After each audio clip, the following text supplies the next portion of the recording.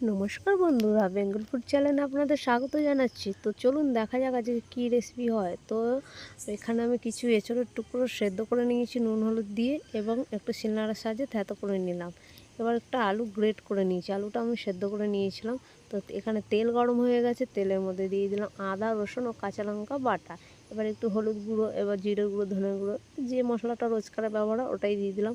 এবার দিয়ে দিলাম থেঁতো করা এঁচোড়টা, দিয়ে ভালো করে নেড়ে ছেড়ে কষিয়ে নিচ্ছি। এবার গ্রেট করা যে আলুটা ছিল সেটা দিয়ে এবার কষিয়ে নেবো।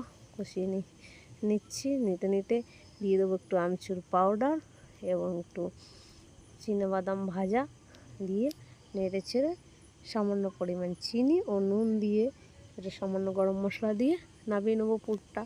এবার এখানে আমি কিছু বেসন নিয়ে নিয়েছি, বেসনে দিয়ে দেবো কালো জিরে, হলুদ, নুন ও খাবার সোডা, সামান্য একটু তেল দিয়ে ভালো করে নেড়ে ছেড়ে জল দিয়ে ভালো করে ফাটিয়ে নেব। আস্তে আস্তে করে ভালো করে ফাটিয়ে নিচ্ছি। এবার যে আমি পুরটা বানিয়ে রেখেছিলাম সেই পুরটাই একটু হাতের সাহায্যে একটু চ্যাপটা চ্যাপটা করে নেবো, গোল গোল করে। এবার এটা পুরটা রেডি করতে করতে বলছি যে আপনারা তো অনেকেই চপ খেয়েছেন, একবার এই এঁচোড়ের চপ বানিয়ে বাড়িতে খেয়ে দেখবেন, কেমন লাগলো অবশ্যই বলবেন।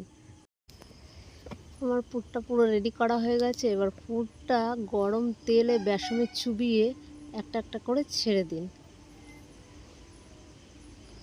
বেসনে ডুবিয়ে ডুবিয়ে তেলের মধ্যে ছেড়ে নিন। এবার উল্টে পাল্টে লাল লাল করে ভেজে নিন আজকে এই এঁচোড়ের চপ। যদি ভালো লেগে থাকে অবশ্যই একটা লাইক করবেন, আর কমেন্ট করে জানাতে ভুলবেন না কেমন হয়েছে।